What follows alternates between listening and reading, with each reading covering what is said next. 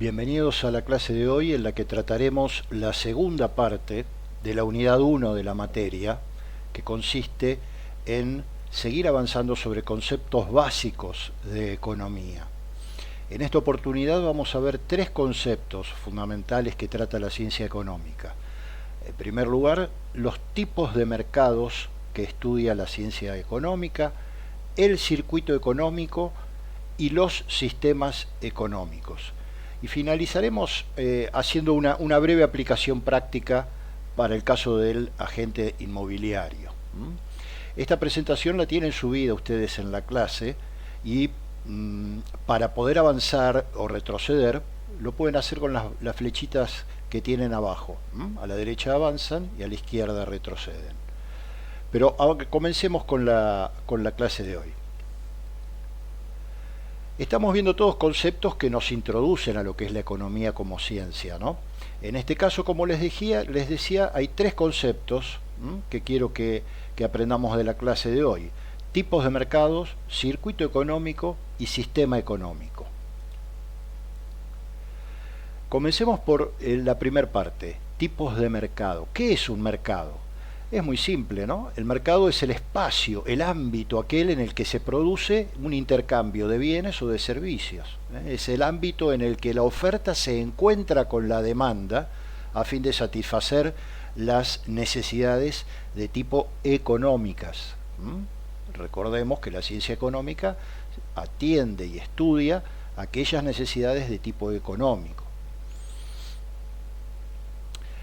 La ciencia económica clasifica los mercados de muchísimas maneras, pero las más conocidas son, por ejemplo, clasificar a los mercados según su volumen, en mayoristas o minoristas. Tenemos el ejemplo bien claro del supermercado mayorista o el supermercado minorista. También podemos clasificar a los mercados según el grado de intervención estatal.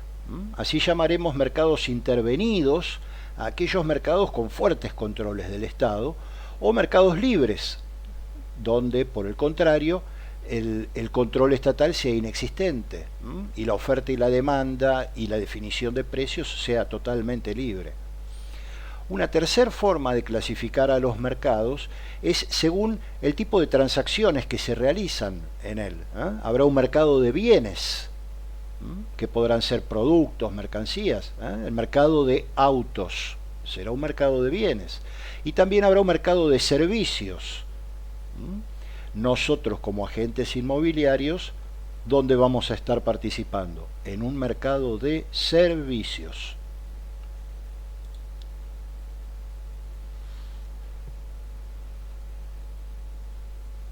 El segundo tema del que trata esta segunda parte de la unidad 1 se refiere a los tipos de mercados. En definitiva, cómo analiza la ciencia económica a los mercados desde el punto de vista de la organización. Cómo están organizadas las funciones de producción, de consumo, de distribución. Y quiénes participan y de qué manera. De esta manera, la ciencia económica clásica distingue dos grandes grupos. Dos grandes tipos de mercado. A uno lo llamaremos mercado de competencia perfecta y el otro tipo de mercados lo llamaremos mercados de competencia imperfecta. Veamos a qué se refiere cuando hablamos de estos dos términos en la ciencia económica. El mercado de competencia imperfecta para la economía tiene que cumplir con una serie de requisitos. Estos requisitos son los siguientes. En primer lugar, tiene que haber atomización en la oferta y en la demanda. Es decir, tiene que haber muchos compradores y muchos vendedores. Ninguno en particular tiene una influencia especial sobre el precio. Es muy difícil que uno o dos compradores o uno o dos vendedores o productores puedan influir significativamente en el precio. Hay muchos participando. Una segunda condición que debe cumplir un mercado de competencia perfecta es que exista libertad de entrada y de salida. Es decir, que las barreras para entrar o salir de ese mercado son bajas. ¿A qué se refiere con las barreras? Por ejemplo, los niveles de inversión que necesitamos hacer para entrar como productores en un determinado mercado. Si esos niveles de inversión son bajos, quiere decir que las barreras son bajas y mucha gente podrá participar ofertando en ese mercado. Si por el contrario los niveles de inversión son muy elevados, habrá mucha menos gente que tenga el capital suficiente para poder participar de ese mercado ofreciendo. Un ejemplo claro es el de la industria automotriz, por ejemplo. Si yo quiero poner una planta, una fábrica para producir autos, tengo que realizar una inversión multimillonaria. No es fácil para cualquiera. Eso supone una barrera de entrada. Eso es lo que no debe suceder para que se cumpla que estamos en un mercado de competencia perfecta. Costos de entrada bien bajos. Costos de entrada y costos de salida. Quiero cerrar el negocio, no me cuesta tanto, pierdo la pequeña inversión inicial que hice. ¿Sí? Ese sería el costo de salida del mercado o la barrera de salida. Una tercera característica del mercado de competencia perfecta es la homogeneidad del producto que se transa en ese mercado, producto o servicio, ¿no? Es decir, que el producto o el servicio que ofrece un determinado productor o vendedor es muy similar al que ofrece la competencia. Es muy difícil distinguir entre productos de distintos productores. Por ejemplo, imaginemos el mercado de leches, de lácteos en Argentina. Habrá muchas marcas y entre comprar una marca o la otra, el producto final es el mismo. No existe una gran diferencia en el contenido del envase de leche. Es leche, ¿sí? Entonces los productos son homogéneos, son muy parecidos. Es difícil diferenciarse como productor por el lado del producto. Hay que buscar otras herramientas para diferenciarnos de nuestros productores cuando trabajamos en mercados de competencia perfecta. Una cuarta característica de este tipo de mercado, de competencia perfecta, es la transparencia. Todos los agentes, todos los que participan en el mercado, saben bastante bien cuáles son las condiciones en las que se negocian estos productos o servicios y cuál es el precio. Es muy fácil acceder a ello. Como conclusión, en estos mercados de competencia perfecta, son, como su nombre lo indica, altamente competitivos. Las empresas, los participantes en ellos que ofrecen bienes o servicios, tienen que ser muy eficientes. Los márgenes de rentabilidad tenderán a ser lo más bajos posibles, al igual que los precios, tenderán a ser precios bajos relativamente a otros tipos de mercado. Sigamos con el segundo tipo de mercado. Estamos ahora con el mercado de competencia imperfecta. ¿Qué características tiene que cumplir un mercado para que lo podamos incluir en esta clasificación? En primer lugar, el bajo grado de concentración de empresas que ofrecen el producto, o un bajo grado de compradores también. Ya son es más acotada la cantidad de empresas que están ofreciendo ese bien o ese servicio.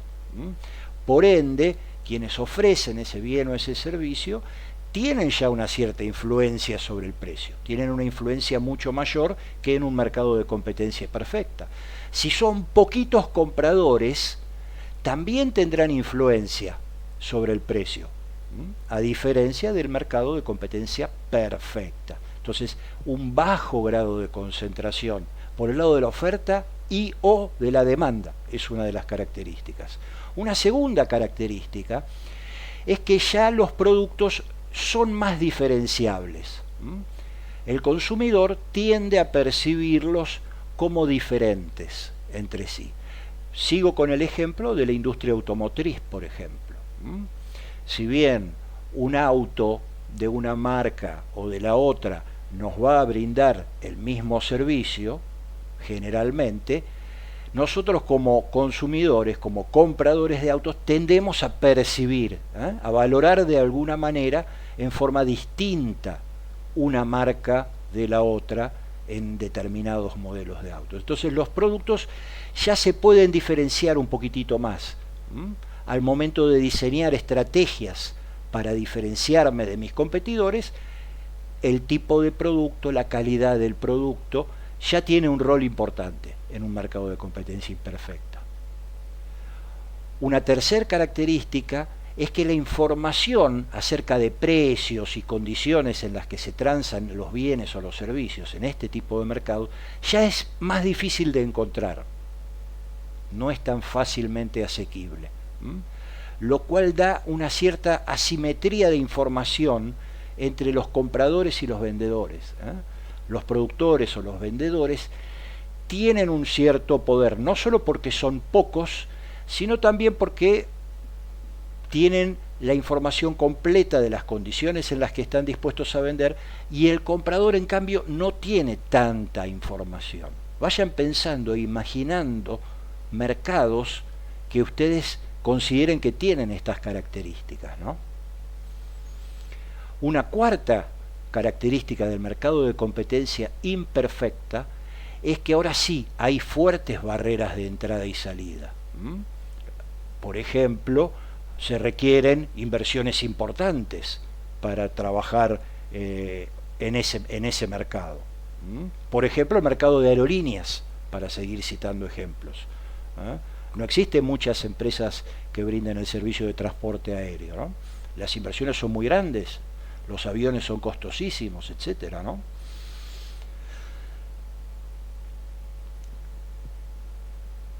Por último, y como conclusión, como podrán ir viendo, de las características que reviste este tipo de mercados, los de competencia imperfecta, acá los precios van a tender a ser un poco más elevados que en los mercados de competencia perfecta. La producción va a tender a ser un poco menor, y los incentivos a ser eficientes por parte de quienes ofrecen los bienes o los servicios van a ser menores que en un mercado de competencia perfecta. Estos son los dos grandes tipos de mercados que distingue la ciencia económica en forma teórica, pero que ciertamente se pueden observar en la práctica. Ahora, dentro de los tipos dentro del tipo de mercado de competencia imperfecta, podemos abrir dos subgrupos, digamos, que son de competencia imperfecta, pero que tienen una característica adicional. Es el caso del monopolio. En este caso, no hay pocos, sino que hay una única empresa que cubre toda la oferta y abastece a toda la demanda. Al haber un solo oferente, tiene una enorme capacidad para fijar los precios y las condiciones de ventas. Ahora, ¿en qué condiciones se va a presentar un monopolio? Generalmente existen dos razones para que se produzcan los monopolios. Existen lo que se llaman monopolios legales, digamos así, es decir, monopolios que se crean a partir de ciertos derechos legales que en el país en cuestión se le otorgan. Por ejemplo, una empresa que descubrió un determinado medicamento y logra que el Estado, el gobierno de ese país, le autorice la patente. Esa patente le otorga un derecho de exclusividad sobre la fabricación de ese medicamento, por ejemplo. O puede ser que en un determinado país el gobierno decida que la producción de cobre la va a generar solamente una única empresa estatal. Y punto. Ese es un monopolio de tipo legal, digamos así. Pero existen otros tipos de monopolios, que son monopolios naturales, ¿sí? O por ventajas en costos, o en tecnologías. Lo estamos viendo hoy en día, ¿no? Si siguen las noticias de cuestiones tecnológicas. Existen grandes empresas en el mundo que están avanzando a pasos agigantados en cuestiones tecnológicas relacionadas con Internet, inteligencia artificial, software, procesamiento de datos en general. Y esas empresas, a partir de una ventaja tecnológica, fueron los primeros en desarrollar la tecnología, o una fuerte ventaja en costos, son muy competitivos, naturalmente logran ser los únicos que ofrecen ese tipo de servicio o bien. En general, en todos los países, los gobiernos tienden a buscar que no se produzca este tipo de monopolios, ¿sí? Y por lo tanto tratan de utilizar mediante la legislación, tratan de corregir que se produzcan abusos de poder cuando hay algún tipo de monopolio, ¿sí? Aunque, como estamos viendo, en el caso de los monopolios naturales o monopolios por ventajas de costos o de tecnología, no necesariamente son malos, ¿no? Son monopolios que se producen naturalmente y podrán durar durante un tiempo hasta que esa tecnología se desparrame y se desarrolle en todo el mundo. Un segundo grupo dentro de los mercados de competencia imperfecta es una variante del monopolio que ustedes ya habrán oído nombrar, que es oligopolio. ¿Qué es el oligopolio? No hay una empresa, pero hay muy poquitas, hay 3, 4 que ofrecen bienes o servicios. Las características del oligopolio son muy similares a las del monopolio. La única diferencia es que en lugar de una empresa o un oferente hay pocos, hay 3 o 4. Habrá pocas empresas, sus decisiones van a influir muchísimo en el precio, y habrá fuertes barreras de entrada y de salida también. ¿Ok? El oligopolio es mucho más común de encontrar en el mundo de la realidad que el monopolio. Piensen ustedes en los ejemplos que citaba anteriormente. La industria automotriz no es un monopolio, es un oligopolio en Argentina y en casi todos los países del mundo, ¿no? Hay pocas marcas, pocos fabricantes de autos. Las aerolíneas es otras, ¿eh? En empresas de transporte naviero, en empresas de combustible. ¿Cuántas marcas de combustibles hay en Argentina? Habrá 3 o 4 o 5, no más que esas, ¿sí? Entonces es mucho más común ver el caso de oligopolios que el caso de monopolios, en una economía. Vayamos al tercer tema de la clase de hoy, que era, les había contado, el circuito económico. ¿De qué se trata el circuito económico en la ciencia económica? El circuito económico es un término que se usa en economía para intentar describir cómo interactúan los que participan de un determinado mercado, a quienes llamamos agentes económicos, de un mercado o de un sector. ¿Quiénes son estos agentes económicos que participan en el sector de la construcción, por ejemplo? ¿Cómo participan? ¿De qué manera interactúan? Y una característica fundamental en el circuito económico y una característica fundamental de todo agente económico es que participa haciendo transacciones. ¿Qué quiere decir? Que siempre va a estar ofreciendo algo y recibiendo algo a cambio. Ofrecerá un bien o un servicio y recibirá dinero, por ejemplo.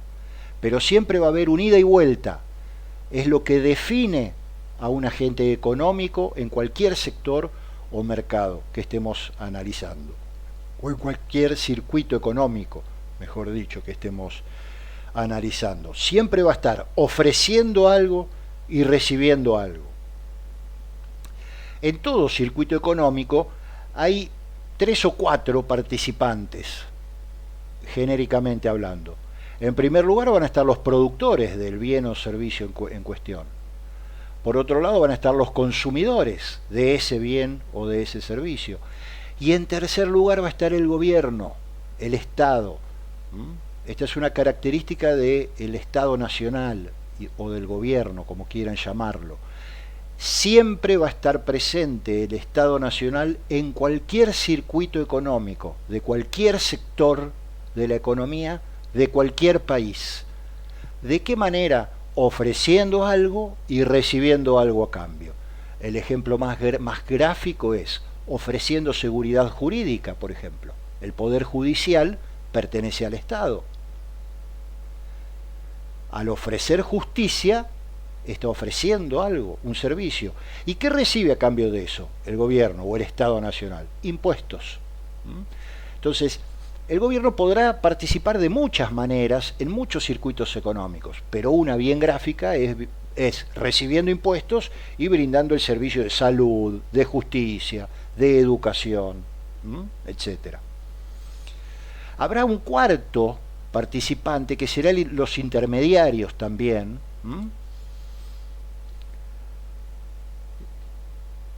que están aquí. Veíamos entonces los participantes del circuito económico ofreciendo productos o servicios, van a estar los oferentes, los productores, los demandantes de esos bienes o servicios, los intermediarios.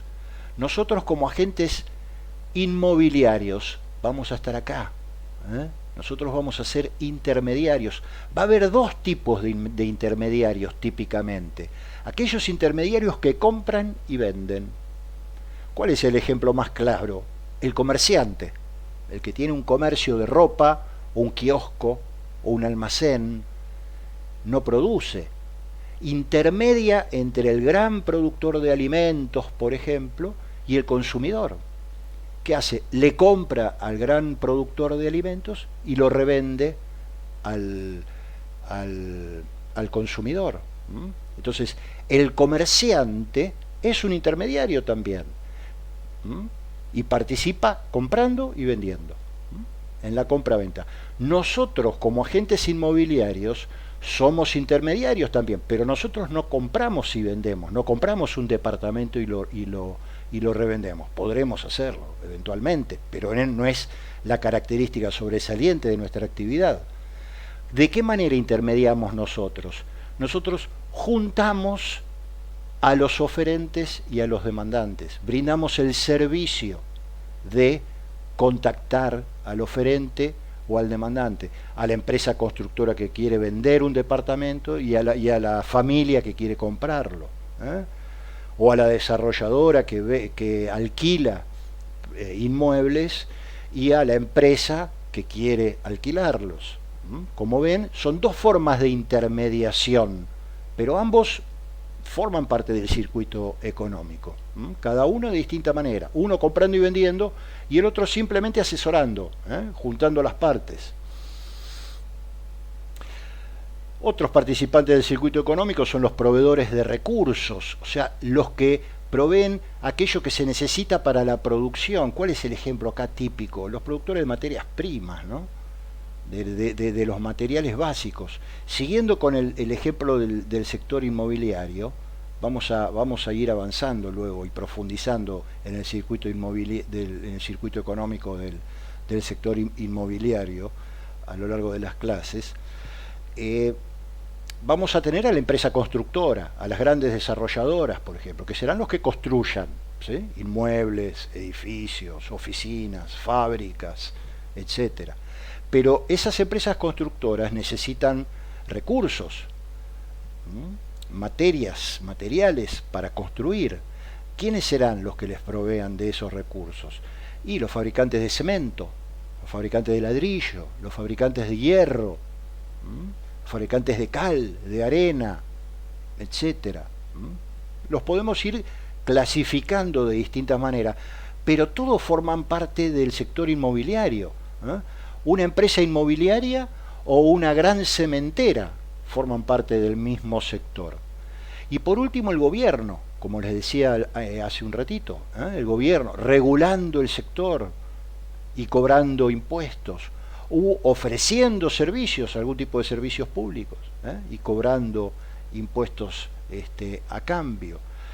Como ven, todos estos agentes interactúan directa o indirectamente en un mismo circuito económico. ¿Y por qué es importante distinguirlos en el circuito económico en el que estemos nosotros trabajando? Porque lo que le pase a uno de ellos nos puede perjudicar. Nosotros podemos ser agentes inmobiliarios en la provincia de Catamarca que nos dedicamos a asesorar a clientes que buscan comprar propiedades, casas o departamentos en la provincia de Catamarca. Ahora, si hay un faltante muy grande de energía eléctrica que afecta a los productores de cemento durante un periodo prolongado, nos va a perjudicar. El precio del cemento va a subir, el costo de la construcción va a subir, por ende el precio de las propiedades va a subir, y a nosotros como agentes inmobiliarios tal vez nos va a costar más conseguir compradores en Catamarca. Este es un pequeño ejemplo para que vean por qué es importante entender quiénes son aquellos agentes que participan de nuestro circuito económico y entender bien de qué manera lo hacen, qué ofrecen, qué intercambian, qué ofrecen y qué reciben, y cómo les está yendo a ellos. No solamente tenemos que estar informados sobre lo que pasa en mi sector, pura y exclusivamente. Si soy agente inmobiliario en el barrio de Caballito, no me alcanza con saber lo que está pasando, si se está construyendo en Caballito o no, si abrió una nueva inmobiliaria o no. Será importante esa información, por supuesto, pero también es relevante saber qué pasa con Loma Negra en su planta en Olavarría, o con Techint en su planta en Campana, en su planta siderúrgica. Si tuvo un paro de 180 días y durante 6 meses no se produjo hierro redondo para la construcción, o hierro plano, perdón, para la construcción. Eso va a afectar el costo de la construcción, el precio de las propiedades, y me va a perjudicar a mí como una inmobiliaria en Caballito. Para esto sirve entender los participantes del circuito económico. En el sector inmobiliario, entonces, ¿cómo estamos integrados? ¿Con qué agentes económicos estamos integrados? Ya he venido hablando de esto, ¿no? Los consumidores. ¿Quiénes van a ser consumidores de nuestro servicio como agente inmobiliario? Repito, brindamos servicios que se refieren a propiedades, a inmuebles, pero nosotros no somos los dueños de esos inmuebles. Nosotros brindamos el servicio de acercarle la propiedad en el precio y en las condiciones que el consumidor la está buscando, sea para comprar o para alquilar. Recuerden eso, es muy importante. Nosotros no nos dedicamos a comprar o vender propiedades, brindamos servicios. Entonces, dentro de los consumidores va a estar todo el mundo. Nuestro mercado es gigantesco, nuestro circuito económico es enorme. Hay miles de participantes y de diversísimos sectores. ¿Quiénes podrán ser consumidores? Individuos, familias, empresas, el Estado mismo. El Estado puede querer comprar un inmueble para que el Ministerio de X tenga sus oficinas. En ese caso el Estado será consumidor también, participará en el circuito económico como un consumidor. ¿Quiénes otros participan? Los productores, es decir, quienes construyen las viviendas, quienes desarrollan las viviendas. También van a estar los productores de recursos, como les citaba antes, los fabricantes de cemento, de hierro, de ladrillo. ¿Quiénes más? Los arquitectos, la mano de obra, el sindicato de la construcción.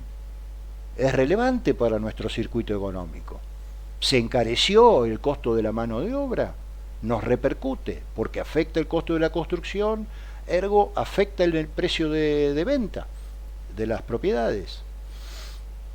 ¿Quiénes más? Los intermediarios, acá estamos nosotros, asesorando y conectando partes a cambio de una comisión. Y por último el Estado, que participará comprando o vendiendo. Puede ser que el Estado tenga una empresa estatal que se dedique a la construcción en algún país, o una empresa estatal que se dedique a la fabricación de cemento o de hierro. Techint, que es el dueño de Siderar, la empresa siderúrgica que está en Campana y fabrica hierro para la construcción, entre otros sectores. La fábrica donde está Techint ahora, antes era del Estado.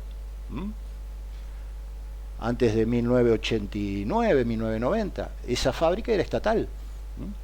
Pero bueno, en este ejemplo, donde siempre va a estar el Estado participando de un servicio, de un circuito económico, va a ser cobrando impuestos y brindando algún tipo de servicio, como el servicio de justicia, de seguridad, etcétera.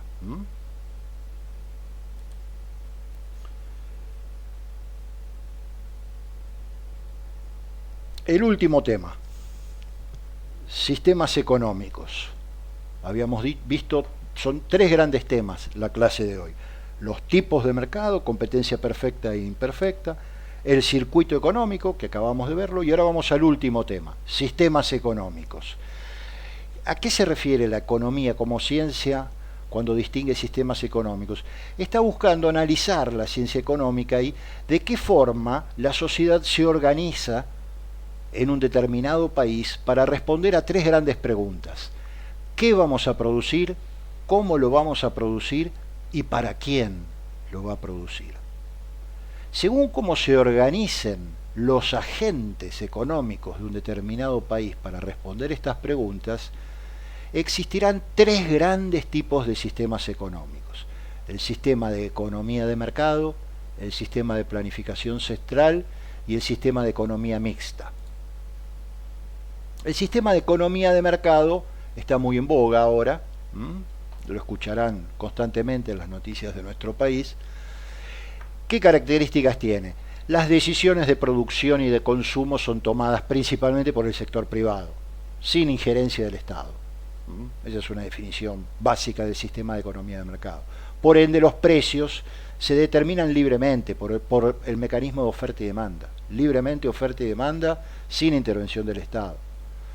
La propiedad de los medios de producción, de distribución, es privada. El Estado no se mete a crear empresas para producir leche, por ejemplo. Lo deja todo en manos del sector privado y el Estado se limita a brindar salud, seguridad, justicia y algunos otros servicios. Pero no se mete en la gestión de producción y distribución. Por ende, existe libertad de empresa, libertad de iniciativa y de gestión. Se pueden crear empresas sin pedir permiso al Estado de ningún tipo. En definitiva, la intervención estatal se reduce al límite, a lo mínimo, permitiendo que la sociedad y el sector privado interactúe con total libertad. El ejemplo más gráfico en el mundo de la realidad podríamos decir que es Estados Unidos hoy en día, de este tipo de sistema de economía. El segundo tipo de sistema económico es el que se llama sistema de planificación central, y su nombre ya un poco nos va diciendo. En este sistema, ¿qué sucede? El Estado rige completamente el funcionamiento de la economía y toma todas las decisiones. Los precios acá ya son fijados por la autoridad del Estado, una autoridad central, podrá ser un organismo, un ministerio, ¿sí? Pero no deja que el mercado defina los precios libremente. Otra característica en contraposición al sistema de economía de mercado, en el sistema de planificación central, es que la propiedad de los medios de producción y de distribución es colectiva, generalmente es estatal, pero es o provincial o municipal o nacional, pero la propiedad es del Estado. Está muy restringida y limitada la propiedad privada en este tipo de sistema. No existe la libertad de empresa, en todo participa el Estado, y es quien decide, planifica qué se hace, cómo se hace y quién lo hace, desde dónde lo hace, a qué precio lo hace. El ejemplo más típico de este sistema de planificación central es Cuba, o la ex Unión Soviética, hasta finales de los 80. Pero existe un tercer tipo de sistema económico que es un intermedio entre los dos, al que llamamos el sistema de economía mixta.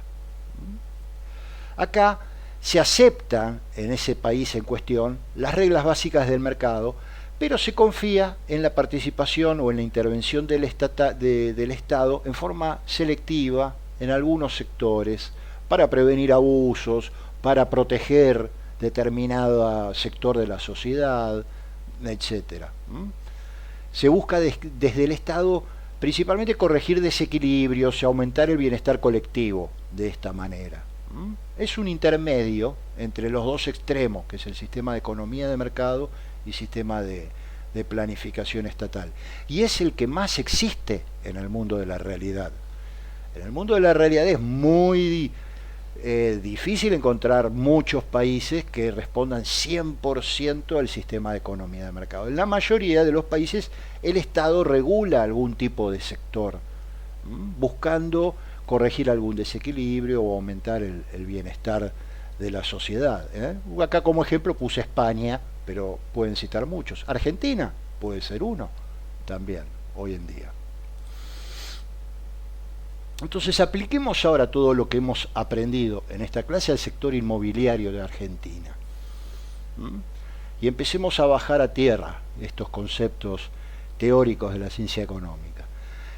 ¿Qué pasa con el agente inmobiliario? ¿En qué mercado participa? Participamos en un mercado de servicios. ¿Y qué ofrecemos? Ofrecemos un asesoramiento en la búsqueda de propiedades, de inmuebles, para alquilar, para vender. Asesoramos en otras cuestiones, podemos hacer tasaciones, etcétera, pero va a ser siempre un servicio lo nuestro. ¿Qué características tiene el mercado inmobiliario desde el punto de vista de tipo de mercado en Argentina? Y se parece mucho al sistema de competencia perfecta. ¿Por qué? Porque hay muchísimos agentes inmobiliarios y todos ofrecemos más o menos lo mismo.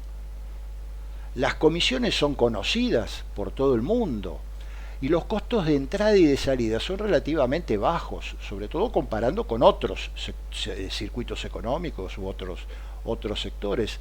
¿Qué quiero decir con costos de entrada y de salida son bajos? Es que se necesita una inversión relativamente baja de capital y de conocimiento para poner una inmobiliaria, por ejemplo.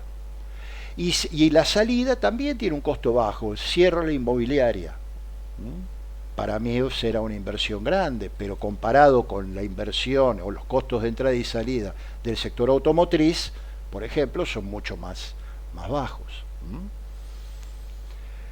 Los agentes inmobiliarios somos intermediarios, ofrecemos un servicio en el que conectamos compradores, vendedores, inquilinos, constructores, arquitectos, abogados, contadores, escribanos, el Estado. Estamos interactuando con muchísimos agentes, pero bajo un punto de vista de un rol de intermediación. ¿Y cómo funciona el mercado de inmobiliario en Argentina hoy en día? Argentina en general podemos decir hoy en día que funciona como una economía mixta.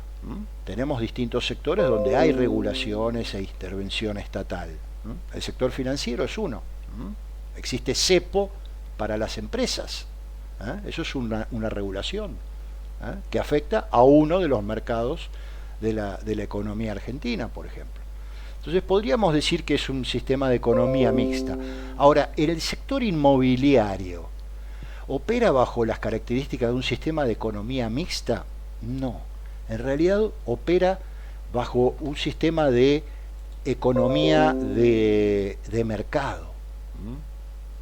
Es un mercado altamente competitivo, donde existe muy poca regulación del Estado. Esa es la característica de nuestro sector inmobiliario, aunque en Argentina podríamos decir que es una economía de tipo mixto. Muy bien, y con esto concluimos. Repasen estos conceptos. Es importante, son muy claros y de sentido común, pero internalizarlos y tenerlos bien claros nos va a permitir el día de mañana, participando en el sector económico que sea, poder identificar las características de nuestro mercado. ¿Cómo es el mercado en el que estamos trabajando? De acuerdo a los conceptos que hemos estado aprendiendo. Y en función de ello, adoptar estrategias comerciales. Conocer el circuito económico y los agentes que participan en él nos ayuda a entender las interacciones y cómo lo que suceda en una determinada parte de nuestro circuito económico nos pueda afectar en nuestro negocio. Les citaba ejemplos del sector inmobiliario hace un rato. Distinguir los distintos tipos de sistema económico también nos da una perspectiva más amplia del contexto de de economía en el que estamos trabajando. Estamos en una economía de tipo de mercado, es un sistema de economía mixta o de planificación estatal. Tenemos que pedirle permiso al Estado para todo, en el sector inmobiliario del país en el que estemos trabajando, por ejemplo. En definitiva, conocer las características de la economía en Argentina puntualmente, donde vamos a estar trabajando, nos va a permitir anticipar cambios y definir estrategias de negocio. Estos no son conceptos teóricos y aburridos. Cuando uno los baja a tierra, tienen una profunda significancia al momento de diseñar estrategias comerciales, financieras, de administración en general de nuestro negocio, sea que nos dediquemos al sector inmobiliario o a cualquier otro sector. Así que con esto doy por terminada la clase de hoy. Espero que les sirva. Agreguen a este contenido, por favor, todo el contenido que tienen en la clase de hoy, que incluye material de lectura y ejercitación. Hasta la próxima.